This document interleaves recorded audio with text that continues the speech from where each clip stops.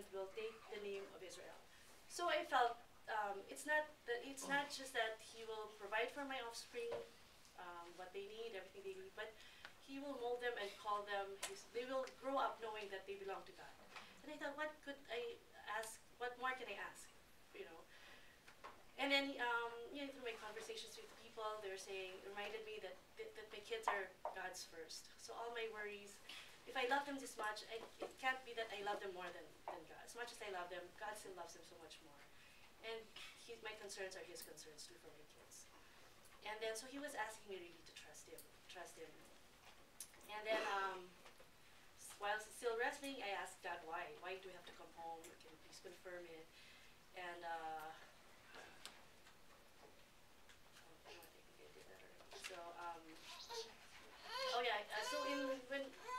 when I asked Him why, one of the things He told me was, I have heard my people cry, and they've been living in hardship for so long.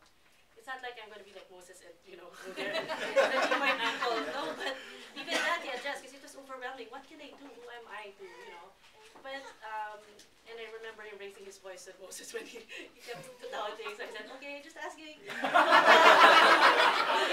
But you know what? He was so generous. He gave us someone. At that time, there was a landslide in the Philippines. So we met up with this lady who works with Kalinga, and we talked to her about donating only. But then we started talking about what Kalinga does in the Philippines, and just the services. And I felt a stir in my heart of a passion that was long probably planted there to do peace work for the poor. And that was a start. And I felt God was telling us and calling me to pitch in some work with. And it's not like we have to do the whole thing. There's some structure that we can just pitch in whatever we can. And then, so I started asking God, okay, God, from the beginning, even when I wrestled with you, I already said yes in my heart. But I need you to help me deal with these things that I'm so attached to. And I don't think I can go home in this disposition. Please transform me. Please help me trust you. Help me surrender everything to you. Help me detach. I was telling that this is so hard. I can imagine like a Velcro when you're peeling it. That was like detaching. It's so harsh and painful. But I said it helped me desire your call because I feared it. But but at the same time, slowly God was convicting me and strengthening me and giving me all the graces that I needed to deal with it very slowly. But He was very patient with me. And then I remember one time when Marlon was here and he led a prayer meeting, and he asked us to sing a Filipino song, Kunin Mo a Diyos. Translation is, take and receive. That song of take and receive, O Lord. And I remember that was very demarcation. That day that I married, that I did surrender everything to God, and I was crying so hard because I felt in a way that song articulated what my soul was really telling Him that I really want to surrender this all to you. And I'll just read the English version. They can receive, O Lord, my liberty. Take all my will, my mind, my memory. All things I hold and all I own, my life, Thy must Thy give to me. I all resign. Do Thou Thy rest and govern all. I don't know the last word, I think sway. Do art Thou will, command, and I obey. Only Thy grace, Thy love on me bestow. These make me rich, and all else I will forgo. So it encompassed everything that I was going through, and it was so liberating. Like I said, it really freed me to just let go and relinquish my control to God. Here and there, even up to now, the fears attack when I hear news from the Philippines, But I do see a transformation also, the work of God, changing me. Slowly, but surely, I hope. And then, at that time, I didn't have Sam yet, so imagine that was still 2005 probably. Sam came out in January 2006, and guess what I got? A son with severe allergies, with bad asthma, which they're all incompatible with the Philippine environment. It's pollution, and we're not very sophisticated yet with the handling allergies there. But, at that time, God was just saying, you can't really quantify your trust in me. It's either you trust me or you don't.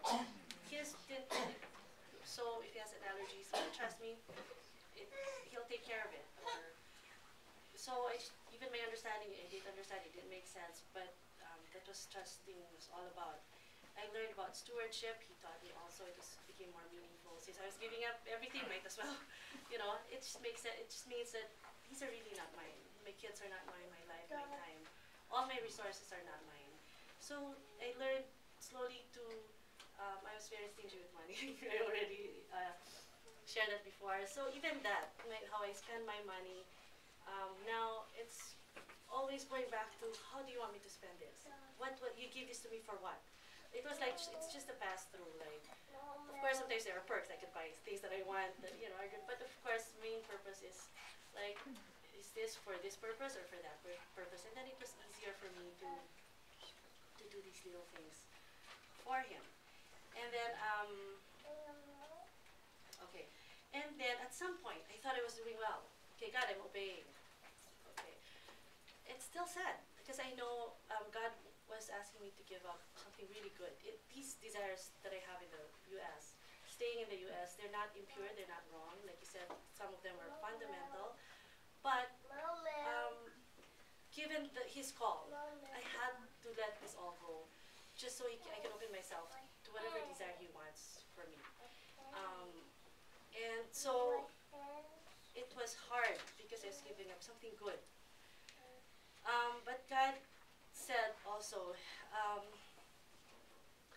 He doesn't want me to just be obedient. He wants me to obey delightfully. It's like, he reminded me that I cannot outdo him in generosity. It's not like he owes me something because I've given this much to him. No, in the end, it started with his love. Now I'm learning how to love him back. And he's saying, don't stop there. I'm loving you back again. He's saying, it's not just you giving me this just because you're obeying it. This will that I have for you is also a gift for you. Only in this gift will you find perfect joy and peace also. Only in obeying it will you find perfect peace also. And his message was, I'll just read part of it. I want to give you peace of soul, a taste of home. You just can't imagine right now what you fear so much, which is his will, his call.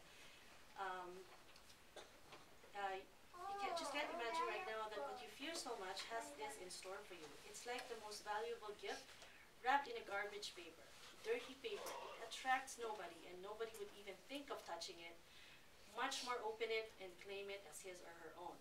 But I am giving it to you and constantly accept it. Someday you will understand its beauty and just how precious it is. And I give it to you because I love you. It is a gift. I love you.